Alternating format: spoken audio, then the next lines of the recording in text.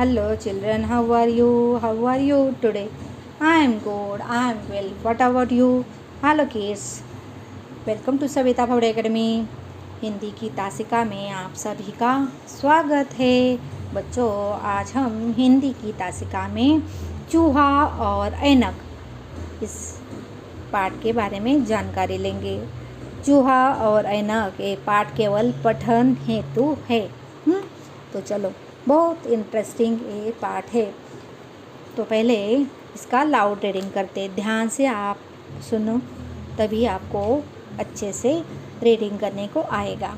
घूम रहा था चूहा घर में, घूम रहा था चूहा घर में, टेबल के ऊपर वह आया, टेबल के ऊपर वह आया, वहाँ रखी थी फैंसी ऐनक, वहाँ रखी थी फैंसी ऐनक, जी उसका ललचाया, जी उसका ललचाया। ऐनक लेकर कान चढ़ाया, ऐनक लेकर कान चढ़ाया, और सामने लगा दर्पण पाया, और सामने लगा दर्पण पाया। देखा उसने एक बड़ा सा, देखा उसने एक बड़ा सा, चूहा उसके सम्मुख पाया, चूहा उसके सम्मुख पाया। आँख तरेरी उसने उस पर, आँख तरेरी उसने उस पर, वही रूप उस पर भी छाया, वही रूप उस पर भी छाया। लपका उस पर जब वह चूहा, लपका उस पर जब यह चूहा, दर्पण से जा टकराया, दर्पण से जा टकराया। बार बार टकराए दोनों, बार बार टकराए दोनों, कोई उनमें जीत न पाया, कोई उनमें जीत न पाया। चूहा लगा बैठ सुस्ताने, चूहा लगा बैठ सुस्ताने, वैसे ही दूजा सुस्ताया, वैसे ही दूजा सुस्ताया। शिथिल हुआ जब पहला चूहा, शिथिल हुआ जब पहला चूहा, मुड़ा और बिल घुसने आया, मुड़ा और बिल घुसने आया। उसे देख कर दूजे ने भी, उसे देख कर दूजे ने भी, उसी दिशा में कदम बढ़ाया, उसी दिशा में कदम बढ़ाया। तो बच्चों, कैसा है पाठ? ये है एक कविता। जो एक चूहा है, घर में होते हैं ना चूहे, बहुत मस्ती करते हैं, ऐसा एक मस्तीखोर चूहा ये है इस पाठ में।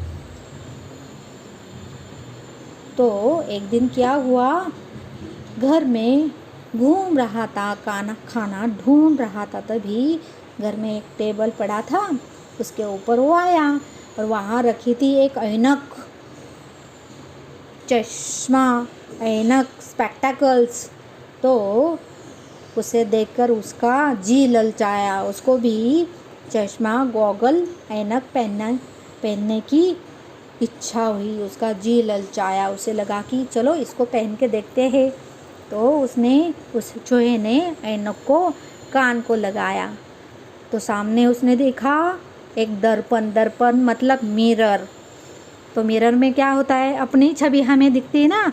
तो चश्मा पहने हुए, इस ऐनक पहने हुए चूहे को खुद का प्रतिबिंब, खुद की प्रतिमा उस मिरर में दिखी, उस दर्पण में दिखी। बट वो ना समझ था, तो उसे लगा वहाँ पे मेरे सामने और एक चूहा बैठा है, मतलब जैसे वो करता था वैसे ही दर्पण वाला चूहा भी करता था। आप भी सजने संवरने के लिए दर्पण में देखते हो ना, और आपकी छवि दिखती है ना, आपका ही प्रतिबिंब दिखता है ना दर्पण में, वैसे ही इस ऐनक पहने हुए चूहे को खुद का प्रतिबिंब दर्पण में दिखने लगा। बट उसे समझ में नहीं आया कि ये तो मैं ही हूँ। तो हुआ क्या, जो ऐनक पहना हुआ चूहा था ना, उसने उसकी आंखें बड़ी बड़ी कर दी, तरेरी मतलब बड़ी बड़ी कर दी। तो सामने वाला दर्पण वाला चूहा था, उसने भी वैसा ही किया। तो इस चूहे को गुस्सा आया, तो मिरर वाले चूहे को भी गुस्सा आया। लपका उस पर जब वह चूहा, मतलब वो गुस्से से दर्पण पे लपक गया उसको पकड़ने के लिए। तो दर्पण वाले चूहे ने भी वैसा ही किया। तो कितनी बार उसने एक दूसरे पे लपक लिया और दर्पण से वो जा टकराए। तो बार बार टकराने से कोई भी जीत नहीं पाया, क्योंकि एक ही चूहा था और दर्पण में उसका प्रतिबिंब दिखाई दे रहा था।